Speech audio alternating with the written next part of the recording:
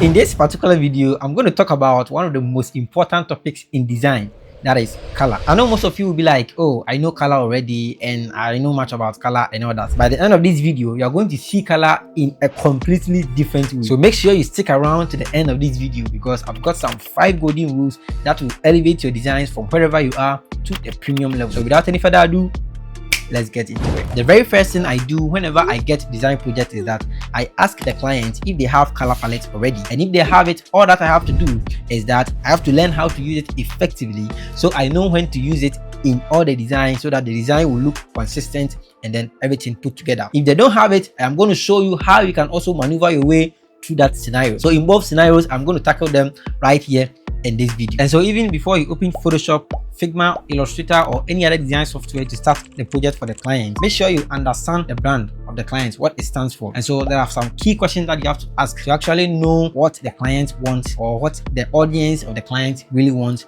from the client. So you have to jump on a call with the client and then ask some questions. What are some of the things that you want people to associate his or her brand with? If it's about trust, security, luxury, and a host of them, let the client tell you all those things and then you write them down. And those things that you are writing down are going to be your guide so that you come up with a very perfect color combination for the brand. So once you understand the client's core values and what the client wants people to actually associate his or her brand with, you now choose the colors with confidence. But there is one thing that designers mostly overlook, that is knowing where the client's audience are located, because color do not have a universal meaning. They change dramatically based on culture. Let me give you one practical example. Here in Ghana and most part of Africa, when we are happy and we are making merry, we use white or we wear white to enjoy and then to give thanks. But when you go to some part of Asia, they use the same color that we use for making merry and then enjoying.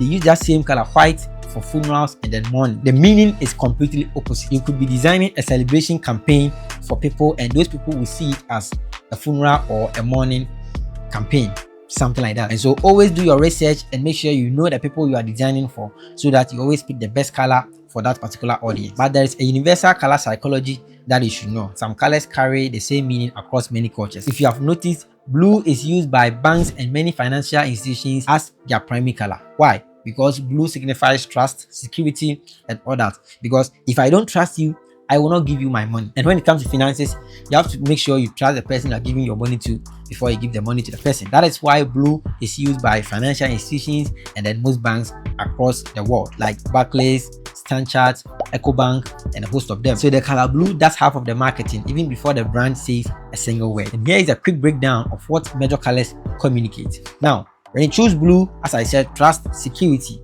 calm, great for finance, healthcare, and tech. Now, color like red also stands for energy, urgency, passion, great for food, sales, and entertainment. Now, color like green also goes for growth, health, nature, great for wellness, eco brands, and finance. Now, yellow and orange also stands for optimism, warmth, creativity, great for youth brands and food. Now, black is also for luxury, power, sophistication, great for premium and high-end brands. So our own white also cleanliness, simplicity, minimalism, great for tech and healthcare. So when you understand the brand's core values and where the audience are located and the culture around the audience, you don't just come up with beautiful colors, but you come up with strategic colors that are tailored for the client and their audience. If you are enjoying this video, hitting that subscribe button will be a colorful one. Now that you understand how to choose the perfect colors for your clients, let me now give you the 5 rules that will elevate your design from wherever you are to the premium level. And so the first rule is very simple.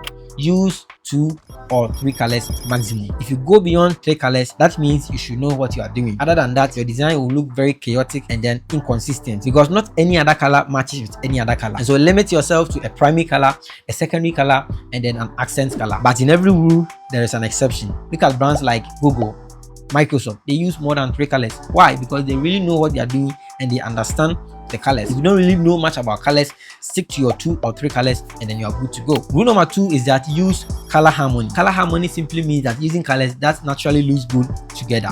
And so there are 3 main types of colors like this. We have monochromatic, we have analogous, and then we have what? Complementary. Monochromatic is simply using different shades of the same color. So you can pick a blue, deep blue, light blue, something like that. We call it monochromatic colors. Now, when it comes to analogous colors, they are colors that are next to each other on the color wheel. They feel very natural and then cohesive because they are together on the color wheel. Now when it comes to complementary colors, they are colors that are opposite to each other on the color wheel. They mostly communicate contrast. So when you pick like blue, yellow, you can see that they contrast each other very well. So monochromatic, analogous, and then complementary colors will elevate your game forever. You can use tools like Adobe Color and then coolers.co to actually choose these color harmonies to make your design look premium. Now the third rule is that make sure you increase the contrast of your design. If I say contrast, I mean light text on a dark background or dark text on a light background. Now when you use a light text on a light background, it doesn't look contrasty and your design is very difficult to read. That's the same for using a dark text on a dark background. So make sure you always have a light text on a dark background or a dark text on a light background. That's going to elevate the contrast of your design and it's going to make your design look very premium. There is a website that you can use to actually check how contrast your colors are. I have a video on that already, so I'll leave the link in the video description, or you can click on the card here to access that video. Now rule number 4 is that use your accent color sparingly. Now accent color is reserved for most of the important things in your design: a call to action, price tag, or if you want to highlight something in your design.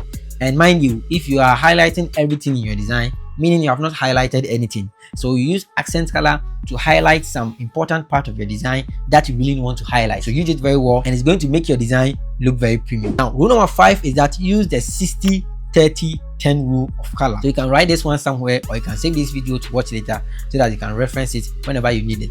And so that 60-30-10 rule is going to make sure that 60% of your design is dominant or has the neutral color, and then 30% of your design has a particular section of colors which can be your main color, and then 10% is for your accent color, where you spice up the design or you try to highlight something or you try to communicate something to your audience. And this ratio works for interior design, graphic design, mostly UI UX design. When you are designing apps and then websites, 60-30-10 rule is a must. If you understand all these rules and then how you can actually come up with colors for your brand, that is where you can use the AI to help you with every stage that you need its help. If you didn't understand everything that I've talked about in this video and you jump into AI, you're going to select colors that the clients may not even like. So now that you understand the thing that I've talked about in this particular video, you actually enter into the AI world knowing what you want. So if the AI tells you something that you think is not the right thing, then you justify it. But if you want to learn 5 ways you can use AI to speed up your workflow, then click on this video right here. This is Braintech, and until next time, quench your creativity.